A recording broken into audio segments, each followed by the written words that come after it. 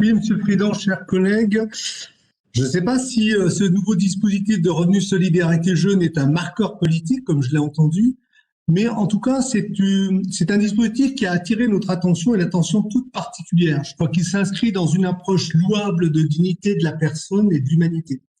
Nous avons, je crois, bien compris au travers de ce qui a été dit, qu'il s'attache à offrir des solutions à une partie de la jeunesse, mais à une partie seulement de la jeunesse, qui est en marge de la société, avec un objectif, c'est quand même de les ramener vers la vie sociale et le marché de l'emploi. Et effectivement, les 18-25 ans souffrent de plein fouet, je dirais, de la crise actuelle. La souplesse, l'adaptation concernant le versement de la somme est par ailleurs intéressant et innovant, même s'il aurait mérité quelques aménagements. Malgré tout, nous regrettons que sur un sujet qui soit aussi sensible, aussi important, vous n'ayez pas souhaité travailler en concertation avec les communes et avec les acteurs locaux, notamment au travers des comités territoriaux d'insertion, alors que vous travaillez sur ce thème depuis plusieurs mois et que le suivi sera réalisé au niveau des conférences territoriales des maires. Le dispositif est caractérisé par une affirmation des droits, mettant peu en évidence les devoirs des ayants droit, et surtout par un cadre opérationnel insuffisamment abouti, comme on a pu le voir au travers des différentes interventions, et comme on a pu le constater aussi lors des différentes commissions. Or, un tel dispositif ne peut atteindre son objectif que si l'accompagnement des jeunes en est la priorité. Or, la délibération est loin de nous rassurer sur ce point essentiel, puisque le travail d'amont avec les structures qui en assureront l'instruction et assureront également le suivi du parcours du jeune, je cite ce qui est écrit dans les différentes présentations, suivi administratif, mobilisation de leurs ressources et orientation vers des étapes d'accompagnement, est à peine engagé ou est engagé mais loin d'être finalisé. Nous n'avons par exemple pas connaissance du diagnostic social, qui est pourtant le référentiel de l'entrée dans le dispositif. Alors oui, les principes sont là et je crois qu'on y adhère tous, mais encore faut-il que les moyens soient à la hauteur des ambitions.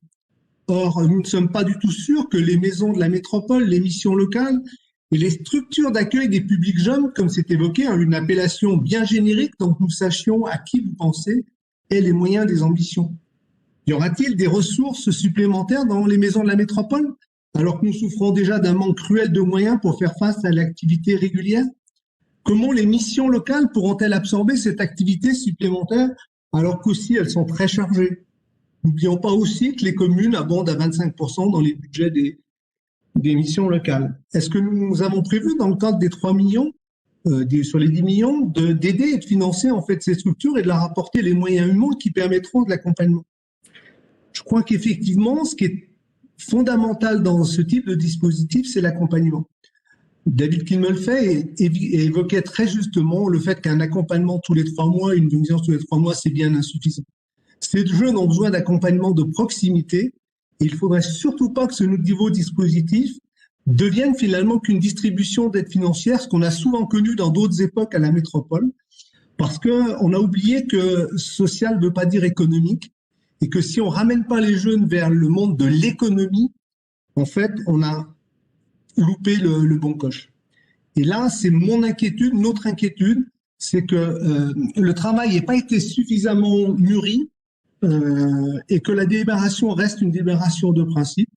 Je pense qu'il y avait urgence à y aller, je pense qu'on n'était pas à 2 mois et on aurait pu avoir une concertation beaucoup plus large, et en tout cas qui inclut effectivement les élus et les locaux, pour arriver à quelque chose qui fasse plus consensus sur un sujet où on aurait dû avoir consensus, le mode de travail a amené à une division. Je crois que c'est dommage pour la jeunesse, c'est dommage pour nous jeunes. Je vous en remercie.